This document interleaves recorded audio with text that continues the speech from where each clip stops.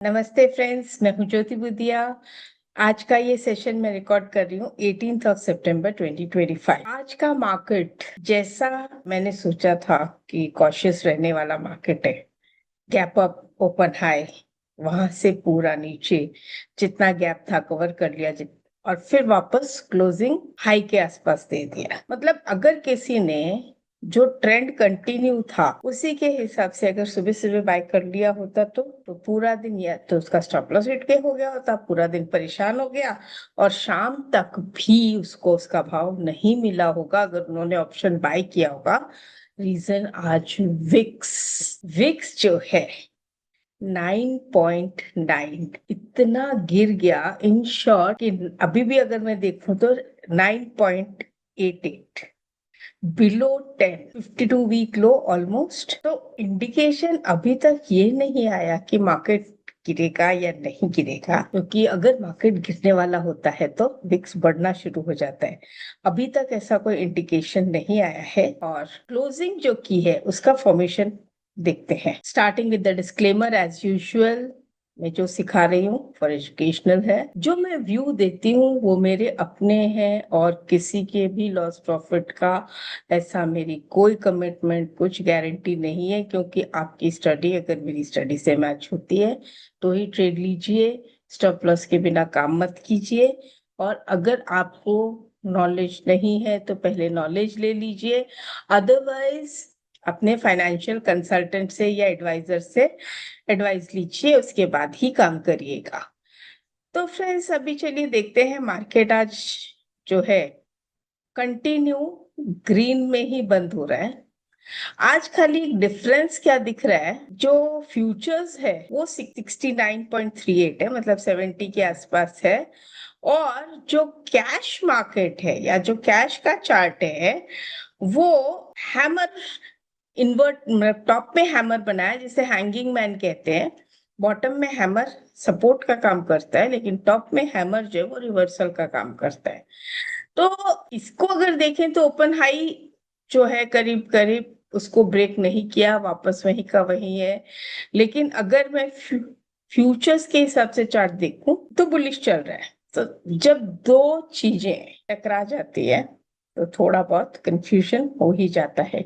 अब यहाँ पर अगर मैं देखती हूँ चार्ट को 2 डिग्री लोअर करके, तो ये अगर कल क्रॉस करता है हाई तो यहाँ पे एक राउंडिंग बॉटम जैसा बना के जा रहा है। और फिर इस पर अगर हम काम करते हैं तो ये भी देख सकते हैं। और अगर हम चाहें तो स्पॉट में देखें और स्पॉट के हिसाब से भी देखें ना, तो ऐसा ही चार्ट बन रहा है। तो ये जो चीज है, अब अगर आज का हाई तोड़ देता है मार्केट और एक फॉलोअप देता है तो राउंडिंग बॉटम जैसा जो है ये हमें यहाँ पर इसका ब्रेकआउट पर ये वाला हम एक्सपेक्ट कर सकते हैं।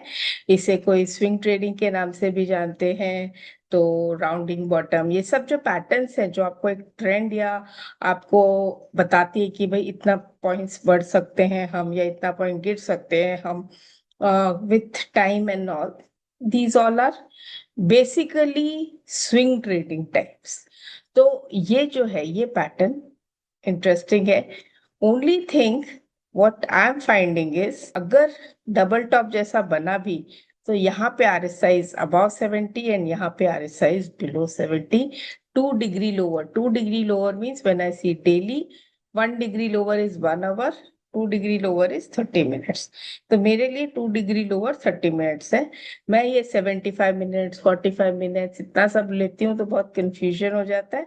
जो स्टैंडर्ड पैरामीटर्स चलते हैं मैं वही लेना पसंद करती हूँ। तो मार्केट अभी तक 25,500, 25,500 पे ही रेजिस्टेंस अभी भी स्ट्रांग लग रही है, चाहे वो फ्यूचर के हिसाब से देखो चाहे स्पॉट के हिसाब से देखो। और अगर डेली के अंदर भी लेके आती हूँ तो स्पॉट और ये रहा फ्यूचर, फ्यूचर्स का भी हमने वही बनाया है 600 फ्यूचर्स का भाव, मतलब 500 के आसपास एक रेजिस्टेंस। और ओपन इंटरेस्ट भी उसी लेवल पे हाईएस्ट बना हुआ है। आज फार्मा में काफी अच्छा मूवमेंट था और कंटिन्यू भी लग रहा है, बिकॉज 30 मिनट्स जो है वो RSI 70 के ऊपर ओपनिंग के पास, मतलब लगभग 130 नॉट ओपनिंग के आसपास। ये जो देखिए कितने दोजी बनाए बनाए ना। मैं कितनी बार कहती हूँ कि जब ज्यादा दोजी बन जाते हैं तो उनके हाई और लो जब भी टूटे तो मजा आता है। तो 1 2 3 4 इसका हाइट टूटने के बाद ये जो है ना दोजी कैंडल्स, ये का बहुत अच्छा करती है। तो फार्मा में यहाँ पे भी है, और डेली में भी अगर देखें तो अच्छा मूवमेंट है। कल इसने दोनों बॉटम, मतलब परसों का बॉटम था 22197 और कल का बॉटम था 22194। ऑलमोस्ट ट्वीजर बॉटम जैसा बना के फिर हाई लिया आज का, और वहां से पिकअप ले लिया। ये जो मैं आपको छोटे छोटे कैंडल्स की एक्सप्लेनेशन देती हूँ फ्रेंड्स, ये जो है ये कैंडल्स खुद बताते हैं कि ये पॉइंट मेरे लिए सपोर्ट था, इसको ये शेप कहते हैं, इसका ये मतलब होता है। तो जब भी मैं कहती हूँ तो उसको एक पॉइंट ध्यान रखिएगा, और जब भी वैसी कैंडल्स आती है तो इग्नोर मत करिएगा।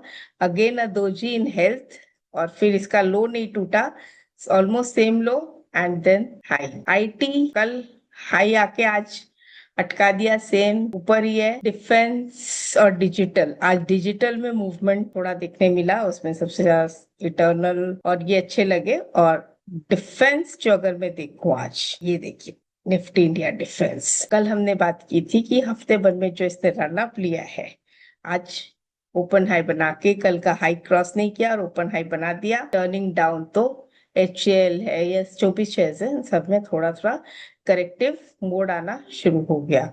ऑटो भी लास्ट लास्ट में एक थोड़ा खींचा था ऑटो को, उसमें थोड़ी बाइंग आई थी महिंद्रा एंड महिंद्रा वगैरह जैसे स्टॉक्स में।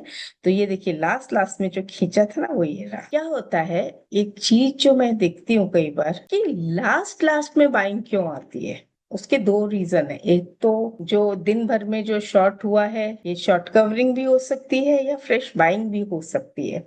तो इसका पता हमें तब चलेगा कि जब नेक्स्ट डे पे अगर वो हाई क्रॉस करता है तो मतलब शॉर्ट कवरिंग भी थी और फ्रेश बाइंग भी थी।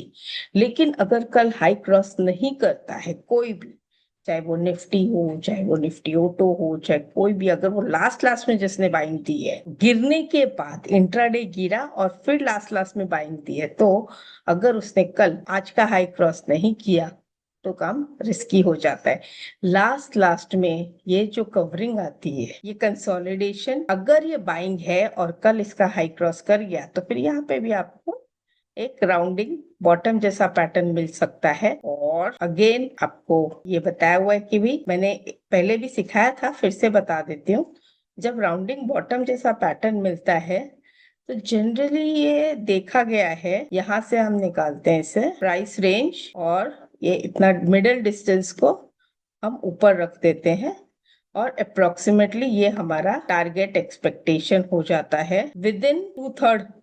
अपसाइड है तो 2/3, डाउन साइड होता है तो हाफ टाइम में। अगर उतने में नहीं होता है तो टाइम स्टॉप लॉस भी यूज कर लेना चाहिए। तो वैसे इससे ज्यादा तो आज कुछ बोलने के लिए मेरे पास है नहीं, कि जहां मुझे थोड़ा समझ में आया वो मैंने बोल दिया।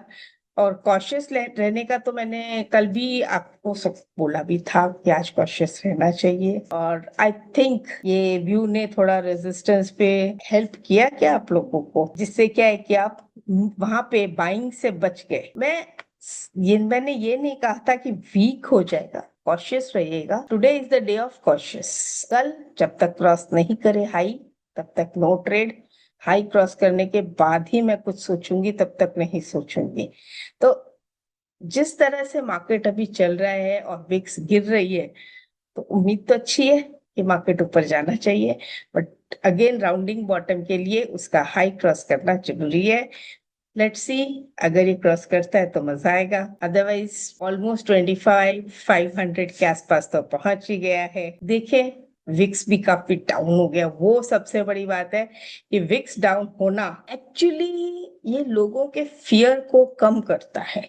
और लोगों में पैनिक नहीं है, लोगों में फियर नहीं है। अगर फियर नहीं है तो दे आर हैप्पी कि मार्केट ऊपर जा रहा है। मतलब ऐसा नहीं है कि मार्केट ढक ऊपर ढाढ़ा ढाढ़ा, कैसे जो हम लोग बोलते हैं ना, ऊपर धड़ गया से ऊपर गया, धड़ से नीचे गया, धड़ धड़ धड़ धड़, वैसा वाला वो सिचुएशन अभी नहीं है।